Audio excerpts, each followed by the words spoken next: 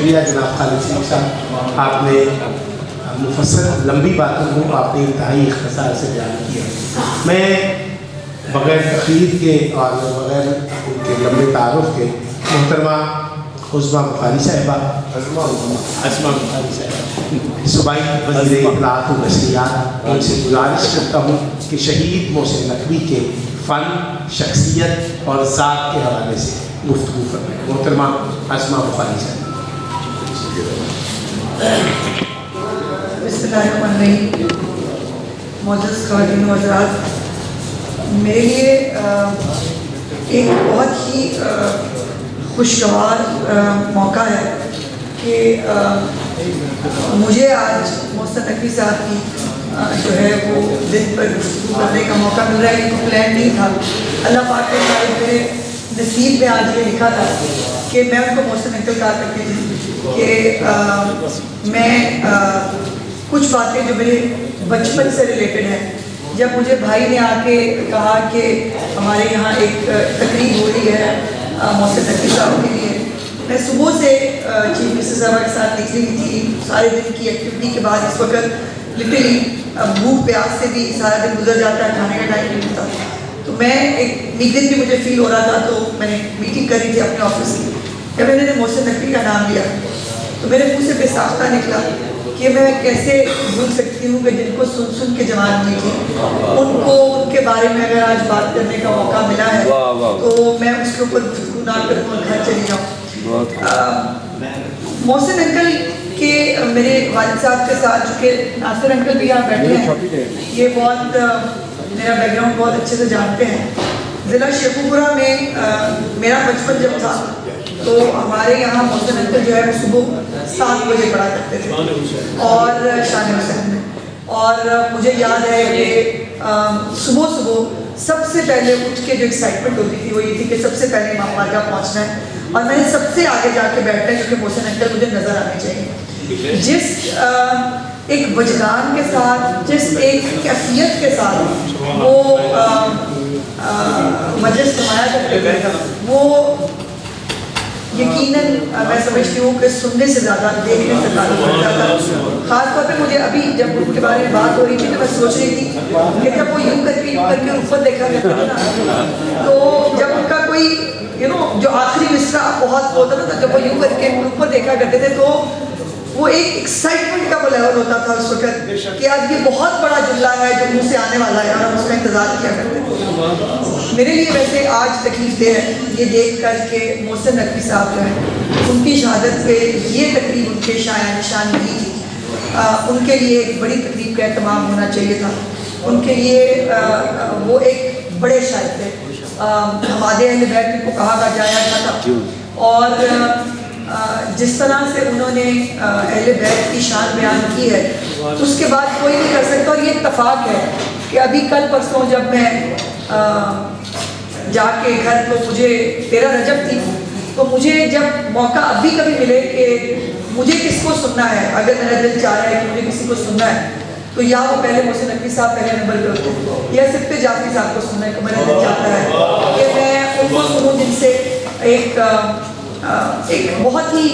ایک اٹیچمنٹ فیل ہوتی ہے، اور جو ان کی شاعری ہے وہ شاید ہی کبھی دوبارہ ہمیں سن پائے۔ عقیل کو میں نے سنا ہے 2 بار، چھوٹا ہے، بھائی ہے میرا، لیکن اس کو آنکھیں بند کر کے سنو تو لگتا ہے کہ محسن انکل بول رہے ہیں، لیکن محسن نقوی ایک ہی تھے، وہ اللہ پاک نے ایک ہی جو ہے وہ بنائے تھے۔ اور مجھے آج بھی وہ دن یاد ہے کہ جب ہم ٹی وی کے سامنے بیٹھے تھے اور شام کا ہی وقت تھا، جب یہ خبر چلی کہ ان کو جو ہے وہ گولیاں ماری گئی ہیں، تو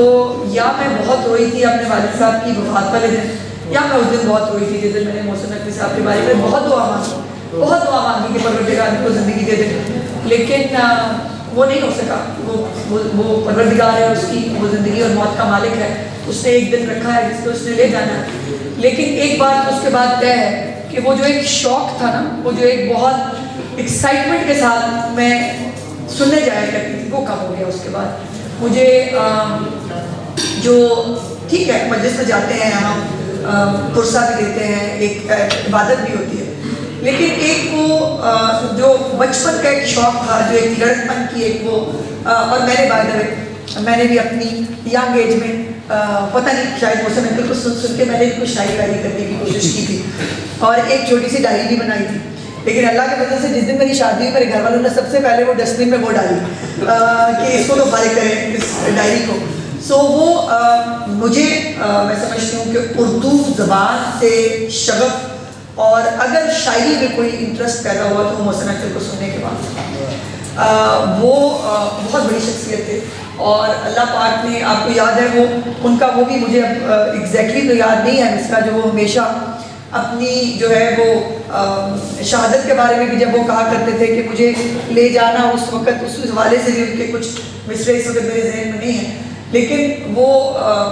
جیسے علی علی کرتے اٹھتے تھے ویسے علی علی کرتے دنیا سے چلے گئے. لیکن میں سمجھتی ہوں کہ محسن نقوی صاحب کے لیے ایک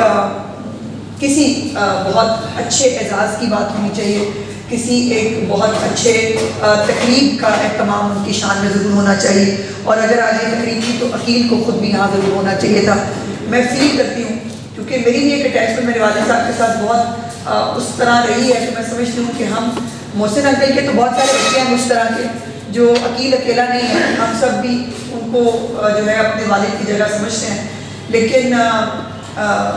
اگر اولاد جو ہے والدین کے جانے کے بعد ان کے مشن کو آگے بڑھا سکے، ان کی بات کو آگے بڑھا سکے. مجھے نہیں معلوم کہ عقیل خود اچھا لکھتا ہے یا نہیں، وہ یا ابھی تک میں نے جب بھی سنا ہے بہت اچھا لکھتا ہے. ظاہر ہے محسن نقوی کا بیٹا اس کو بہت اچھا لکھنا چاہیے. لیکن میں نے اس کو بھی جب میں بتا رہی ہوں کہ میں 13 رجب کا جب میں سن رہی تھی تو مجھے ایک کلپ ملا ٹک ٹاک پہ اور مجھے آواز سے ایک دم سے وہ لگا کہ میں نے بہت غور سے دیکھا،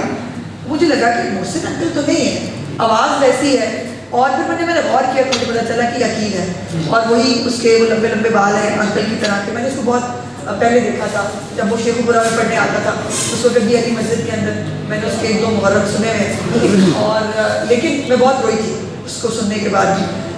چونکہ میں نے اس دن محسن انکل کو بہت بہت مس کیا تھا. عقیل کو اللہ میاں زندگی دے، اللہ پاک اس کے جو اس کے لکھنے میں، اس کے الفاظ میں وہ طاقت اور وہ تاثیر لے کے آئے جو اس کی میراث ہے. اور لیکن انشاءاللہ تعالیٰ میں آپ کے ساتھ کوآرڈینیٹ کروں گی اور محسن نقوی صاحب کے لیے ایک اچھا اور عالیشان قسم کا جو ہے وہ پروگرام ترتیب دیں گے. اور میں یقیناً یہ بھی کوشش کروں گی کہ ایک اچھا جو سرکاری اعزاز ہے وہ بھی محسن نقوی صاحب کے لیے جو ہے کیا جا سکے.